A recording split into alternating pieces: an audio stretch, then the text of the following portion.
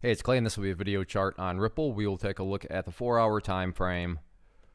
Real quick, what do I mean by 4-hour in case maybe you're new to charts? Instead of each one of these candlesticks here representing 1 day's worth of price action, which is what you would normally see, each one represents 4 hours. So while this here may look like several days worth of time, it's actually just the past couple of days broken down into 4-hour time slices.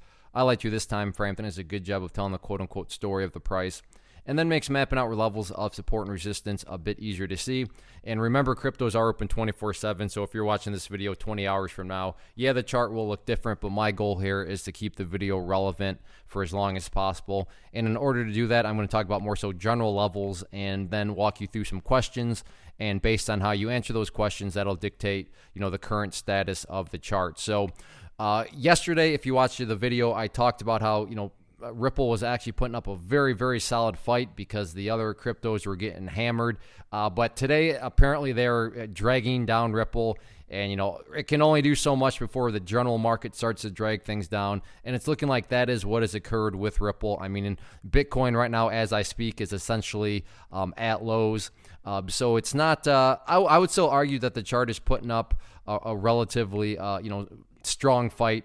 But after a lot of kind of heavy weight dragging on it, this one's starting to crack here a little bit. But it is holding up above the key overall level of support, and that being down here at 42 cents, which brings about the first question to ask yourself. And we'll say you're watching this 15 hours from now. So 15 hours from now, you're watching this. Ask yourself, where's the price at relative to 42 cents?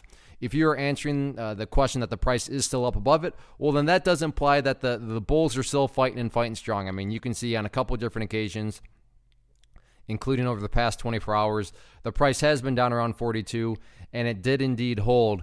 So, that's a good sign. Again, would it have been much better if the price was still up around here? Of course, but, from the bigger picture, 42 is still holding. So that's going to be, the main level that you want to monitor and keep an eye on. So again, if you're answering that the price is still up above there, good. That implies that nothing has really totally broken down or spun out of control. Now, if you were answering the question that the price is down below there, that's where a little bit of kind of instincts and common sense comes into play. I mean, if you're saying, well, yeah, it's below there, but it's right there. Okay, sure, that's not great, but it's not like it's totally, blasted down through it or anything like that. But if you're watching it and the price is, way down there at 37 cents, well, at that point, that's telling you that the bears have gotten a key breakdown, and that, the bears are essentially not only in control, but they're gaining that much more control. So moral of the story here is, can the price continue to maintain above 42 cents? Again, to give full credit where credit's due, price did a great job of doing that going forward. So you definitely want to see if that can remain the case or not over the next 24 to 48 hours. One of the biggest questions that I get is, hey Clay, how do you find the stocks that you trade? So what I've done is put together a free resource guide where I talk about the tools that I use to locate stocks that I find interesting and think may have potential. So if that sounds like something that could add value to you as a trader, then click on the image that is up on the screen right now, and I will email you the guide. The guide itself is very short and to the point, and best part, it's completely free.